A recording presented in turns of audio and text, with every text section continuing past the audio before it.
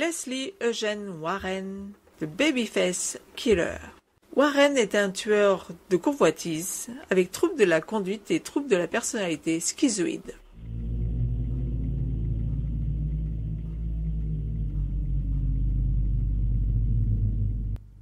Leslie Eugene Warren est un tueur en série américain et un violeur condamné à mort pour avoir tué, entre autres, Velma Gray, Jamie Hurley et Katherine Johnson à Asheville.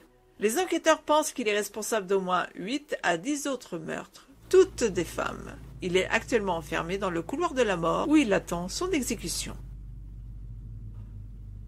Leslie Eugene Warren naît le 15 octobre 1967 en Caroline du Nord, à Candler, une petite ville nichée au cœur des montagnes à 647 mètres d'altitude. C'est le fils de Douglas Eugene, un buveur invétéré et consommateur de drogue, et de Phyllis West, une femme au foyer. Leslie n'est pas particulièrement aimé de ses parents, son père le bat et lui hurle facilement dessus, et d'ailleurs ses parents lui préfèrent son frère, Laron Ray, qui voit le jour 3 ans plus tard. Leslie se montre alors très tôt un enfant refermé sur lui. En 1971, un feu prend dans le mobil-home familial.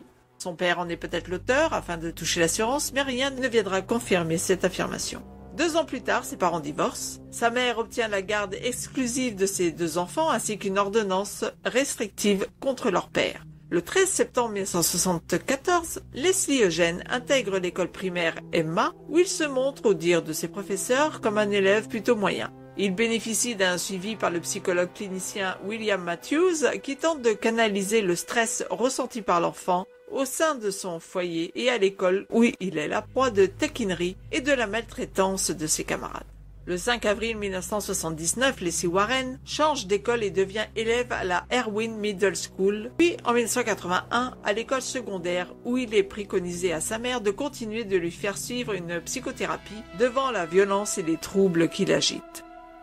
Il semble cependant que celle-ci soit suspendue après que le psychologue Dave Evers ait diagnostiqué chez l'enfant un trouble des conduites, une personnalité schizoïde avec traits dépressifs et problèmes de socialisation. Le caractère de Leslie oblige le lycée à le renvoyer. À l'extérieur donc du lycée, il devient un petit délinquant et envoie à ses potentielles victimes des lettres les menaçant de viol. Il commet des vols, notamment d'armes à feu, qui lui valent de nombreux allers-retours au commissariat. En 1982, il se tourne vers la drogue comme son père et se met à consommer de la cocaïne et de la marijuana. Quelque temps plus tard, il intègre quand même le lycée NK après que les autorités aient rassuré les responsables de l'école que Leslie était suivi pour ses problèmes. Il n'y restera que 33 jours après n'avoir assisté qu'à 10 jours de cours. La même année, au mois de septembre, il pénètre dans la maison de Betty Priestley, il n'a alors que 14 ans, et la menace de son revolver. Il l'emmène à la cave et l'attache. La cousine de Betty arrive à ce moment et lui tombe dessus pendant qu'il cambriole la maison. Leslie Eugene Warren tire et la blesse avant de s'enfuir. Chez lui, l'ambiance est tendue. Sa mère vient de tomber sur une pipe de marijuana et lui demande des explications.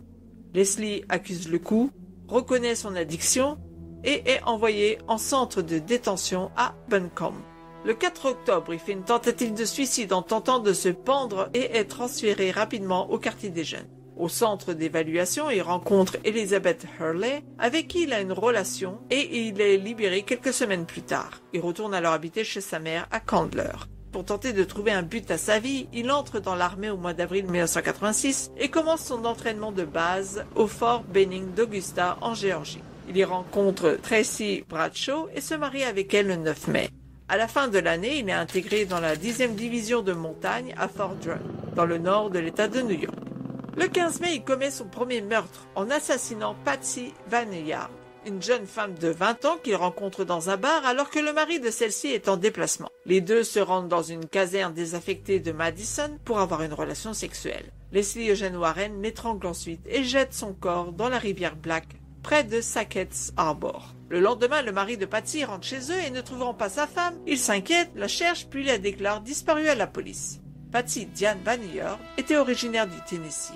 Elle avait quitté sa famille, un frère, une sœur et 2 demi-frères, pour suivre son mari Michael, un soldat lui aussi. Son frère la décrira comme étant la personne la plus aimante que l'on pouvait rencontrer. Le 20 janvier 1988, la femme de Leslie Eugene Warren met au monde leur fils, Joshua. Cette naissance et le fait que sa femme s'occupe avec attention de leur enfant lui donnent des remords et il se sent coupable d'avoir tué. Il se confie à son épouse, mais cela ne l'empêche pas de cambrioler la maison de son demi-frère, Eric Murray. Le 21 février, il ne se présente pas dans son corps d'armée et est ramené par la police militaire le 25 de force. Il passe devant le tribunal militaire et est reconnu coupable de vol et d'absence non autorisée. Il est condamné à 75 jours de confinement à la base et à une amende. Il est également rétrogradé de son statut de spécialiste à celui de première classe. Le 28 avril, il réintègre néanmoins son poste et est transféré à Fort Benjamin dans l'Indiana. Moins d'une semaine plus tard, il déserte à nouveau et s'en va pour New York, passant ses nuits dans des hôtels miteux pour 5 $ la nuit en compagnie de prostituées et se remet à la cocaïne. Le 17 juin, l'armée le suspend de ses obligations et son statut de déserteur est alors confirmé. En août, il rencontre Mary, une travailleuse immigrante mexicaine avec qui il semble avoir eu des relations sexuelles avant justement de la tuer. Il dira plus tard qu'il s'est réveillé à ses côtés et qu'elle était morte. Il a pris peur et l'a alors enterrée dans un champ. Quelques semaines plus tard, 20 militaires se rendront à Philadelphie, lui mettant la main dessus et l'arrêteront pour vagabondage. Il est mis en prison et est de nouveau dégradé au rang de E-1. En septembre 1998, il est renvoyé officiellement de l'armée et perd sa solde de 1 340 $. Il déménage alors pour Condren avec sa femme et son fils. Au début de l'automne, il se sépare finalement de Tracy après que le couple ait eu une dispute au sujet de la drogue. Il retourne chez sa mère à Candler et prend un travail de caissier dans un magasin situé à 1 km de son domicile. Le 27 octobre, il se met à sortir avec une certaine Sandra Davis et se décide à suivre une formation à un programme de 3 mois pour avoir son permis de conduire poids lourd au centre de conduite. Son intention est de trouver un poste dans ce domaine et de récupérer sa femme. Pour cela, il tente de réduire sa consommation de drogue et cela fonctionne plutôt jusqu'au printemps 89 où le couple se remet ensemble. Cela ne l'empêche pas de fréquenter Brianna Owenby et de sortir aussi avec la jeune Lisa Annette, 19 ans. Quelques semaines plus tard, il rompt avec Owenby, se fait jeter également par Lisa, mais se remet vite en selle en sortant avec la sœur de celle-ci, Michelle. Le 10 mars, il est reçu à son examen et reçoit son permis poids lourd et trouve 2 mois plus tard un emploi chez MCOM Haulage Company. C'est alors le début de l'été. Il se rend chez son demi-frère Eric avec sa femme pour un déjeuner, durant lequel il évoque toutes les relations sexuelles qu'il a eues dans son camion. Avec ces révélations, sa femme Tracy le quitte à nouveau et Leslie Eugene Warren retourne une nouvelle fois emménager chez sa mère. Une nuit, il va faire le tour des prostituées, en ramasse une qui s'appelle Ronnie et la tue. Il dira qu'il s'est réveillé dans son camion, l'a trouvée morte, comme sa première victime, et a jeté ensuite son cadavre dans une forêt. Cet été-là, il apprend que sa femme Tracy est enceinte et se décide à subvenir aux besoins de sa famille, même s'ils sont séparés, et il envoie des chèques pour la pension alimentaire. Le 26 août 89, il tombe alors qu'il est à bord de son camion sur Velma Faye Gray, 42 ans, qui vient d'avoir un accident de la circulation.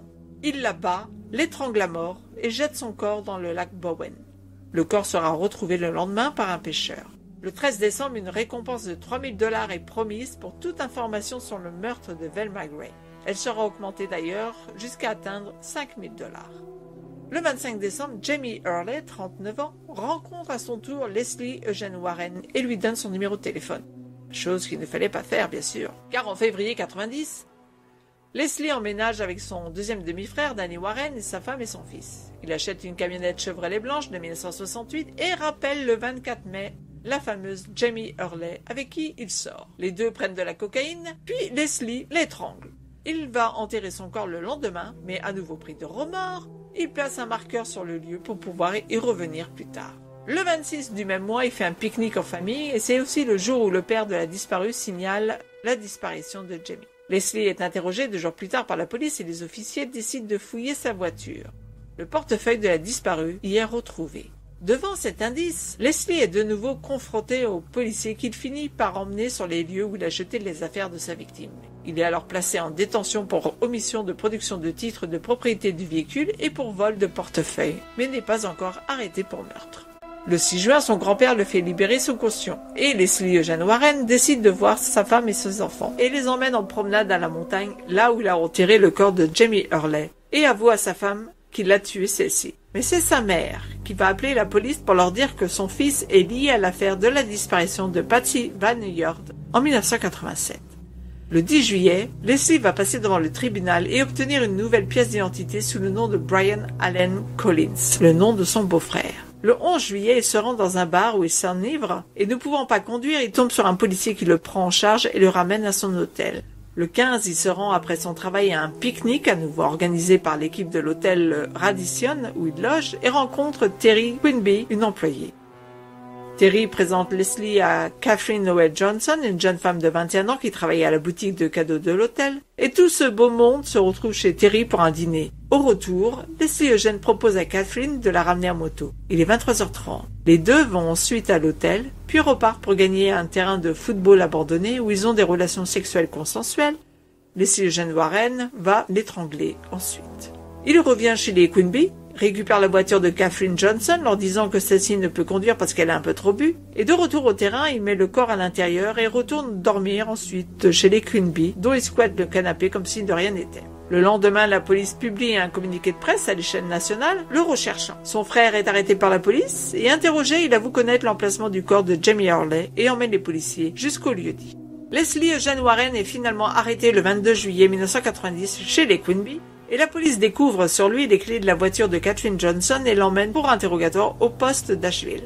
Durant cet interrogatoire, il avoue avoir tué 8 personnes, dont Vine Hart, Velma Faye Gray, Jamie Hurley et Catherine Noel Johnson. Aux officiers de police, il affirme que Jamie Hurley est décédé d'une overdose de cocaïne. Il signe malgré tout ses aveux et avoue aux officiers le lieu où il a laissé la voiture de Catherine Johnson, c'est-à-dire sur le parking de l'hôtel Radisson.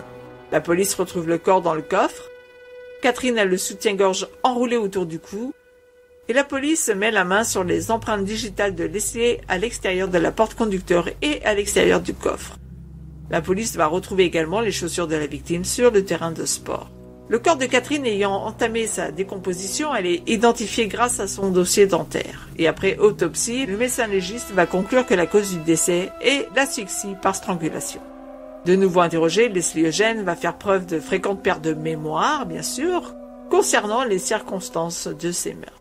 Son procès pour le meurtre de Faye Gray, après une expertise qui a déterminé qu'il avait toutes ses facultés mentales, va débuter le 13 avril 1993. Il sera reconnu coupable le 15 et écopera d'une peine d'emprisonnement à perpétuité à Spartanburg, en Caroline du Sud. Au mois de février 1995, il repasse devant le tribunal de Caroline du Nord, cette fois, pour l'assassinat de Jamie Hurley et de Catherine Johnson à Asheville. Il va écoper de la peine de mort, confirmée le 11 juillet 1997. Malgré un recours devant la Cour suprême des États-Unis, la peine de mort est confirmée le 5 mars 1998 par injection létale. Son avocate fait une demande en réparation qui est rejetée par tribunal et une demande d'habeas corpus vient contester l'accusation et la peine. L'affaire est suspendue jusqu'en 2015. Finalement, la Cour va rejeter les allégations de violation de la Constitution et confirmer à nouveau la peine de mort.